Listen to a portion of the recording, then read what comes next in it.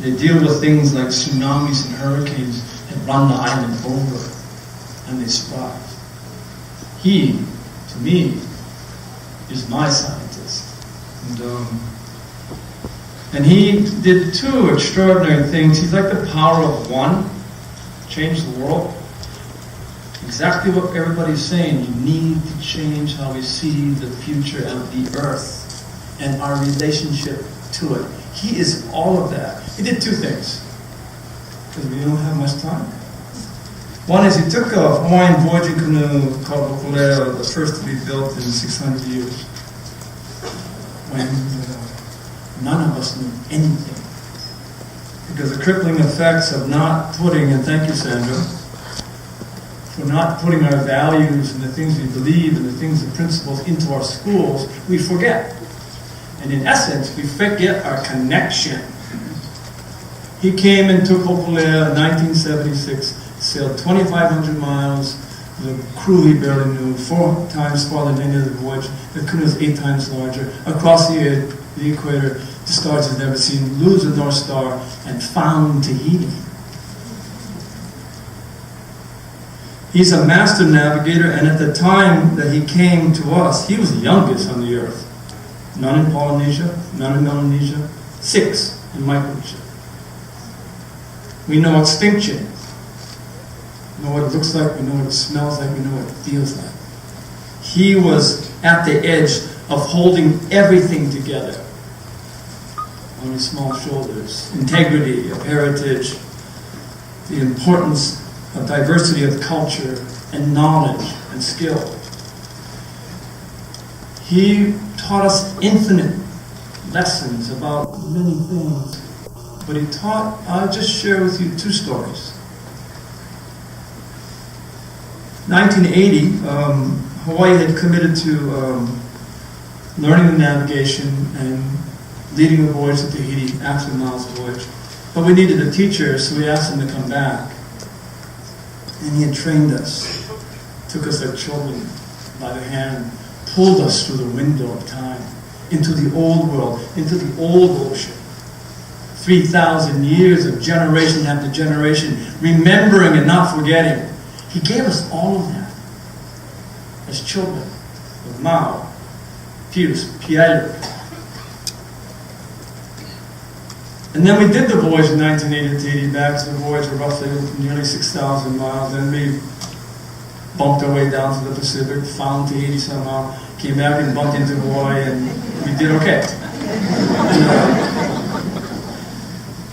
And then I was with him when he was packing his bag in Mom and Dad's spare bedroom. The bag that he would pack for the first time in 2.5 years, because he never left us. Never left us. Stayed with us.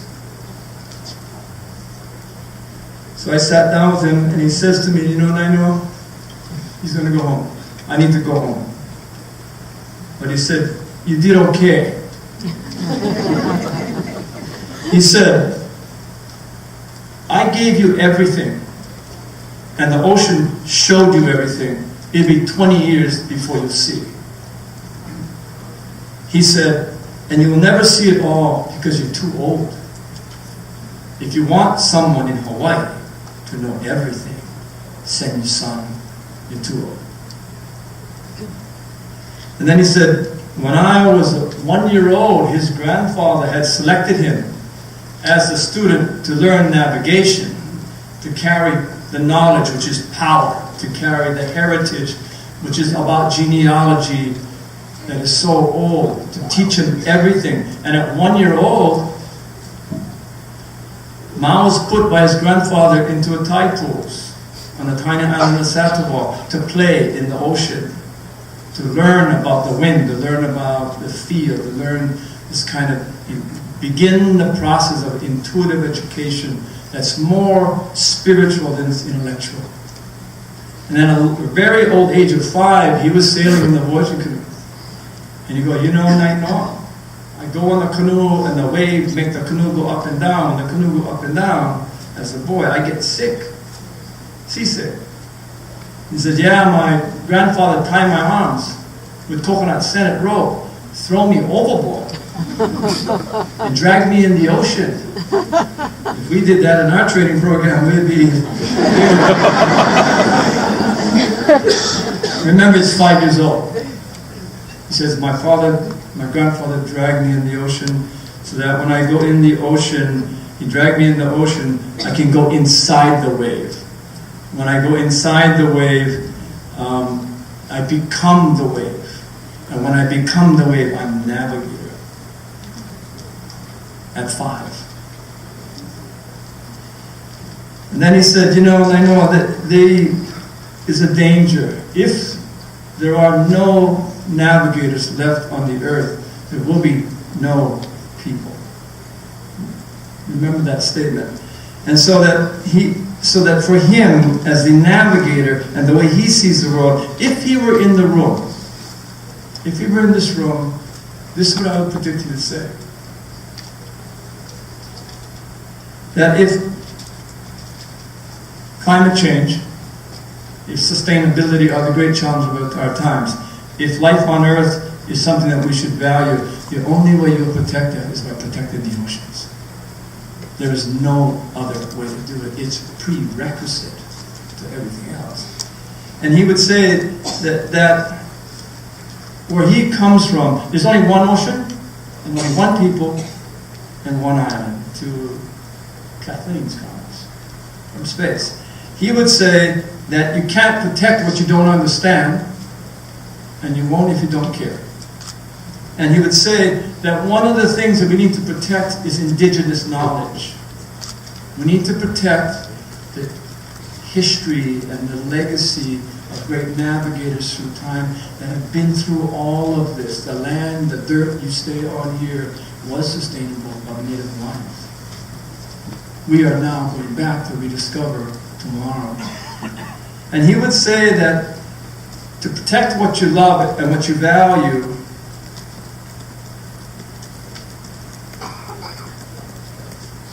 that to Sylvia's point, he would be confused. He wouldn't understand what a fraction of caring would be. He wouldn't understand a percentage of what you'll take care of and what you won't take care of. Ma would say, if it's what you love and what you care, you protect it all. And he would say that the big issues that, this is where I come from too, is he taught me that we need another SAIL plan that's right along conservation. It's a SAIL plan for education.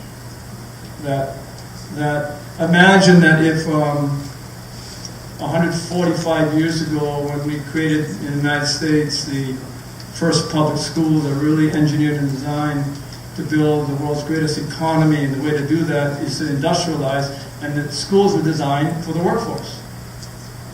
Without the understanding, we didn't know its impact on climate, its impact on ecology, its impact on culture. We didn't know. And today we do. That education is going to have to change. Imagine if 145 years ago, our education system was basically valued on the principles of caring for nature. Imagine if we did that. And that's what Ma would say, because that's Ma. The last story I will leave you with is I went to visit him in Sacramento before we lost him in 2012. We talked about many things, but I said, Ma, what does it take to become a master? What is it to be a master navigator? And he said many things. He gave 14 distinct points. And the last point, he said, when you become navigator, you become the light. And light is love. When you become navigator, it is your job. If there is conflict, you resolve it. When you become navigator, when you go to sea, your job is to watch nature and protect it. When you're navigator, if there is a wounded seabird, you care for it and take care of it. When you're navigator, your island counts, and you must take care of your island. When you're navigator, it is your job to take care of all of community on the island. If Ma was here, I know he was so afraid. And he's the most courageous, fearless person I know. Afraid of tomorrow. No navigators. On oceans that has no life. Because he's seen it. He knows. If he were here, Inga, thank you again for bringing us together. If he were here, he would look to this panel, he would look to that front row, he would look to this room and say, wow, the island Earth has great navigators. They're here. And in the collective power of the many, we're now creating new sail plans, drawing new maps that are going to be becoming the cartographers for what we love and what we value, and at the same time setting a course over the horizon that really matters. And it's going to be a course around the horizon to protect everything that we care about, because our children deserve it. So on behalf of everyone, it allows me the space and the moment and the time to be here with all of you. Thank you very, very much.